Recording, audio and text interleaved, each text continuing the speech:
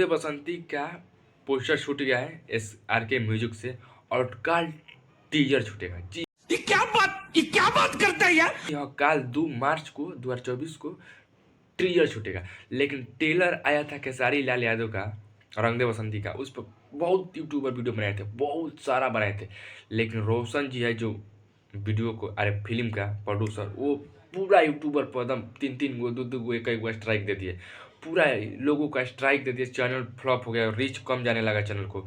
लेकिन क्या करें, आपको ऐसा करना नहीं चाहिए, लेकिन जब पोस्टर आता है खेसारी लाल यादव का फिल्म का रंग दे बसंती का, तो लोग कोई नहीं वीडियो बनाता है। कोई काहे बनाए वीडियो, काहे लोग बनाए वीडियो, जब वीडियो लोग बनाते हैं आपका आप ही का फिल्म चमकाने के लिए लोग वीडियो बनाते हैं, लेकिन आप उस चैनल को स्ट्राइक दे डुबा देते हैं चैनल। तो आपको रिस्क लेके काहे के वीडियो बनाए, आपको फिल्म चमकाने के लिए वो अपना घाटा क्यों सहे।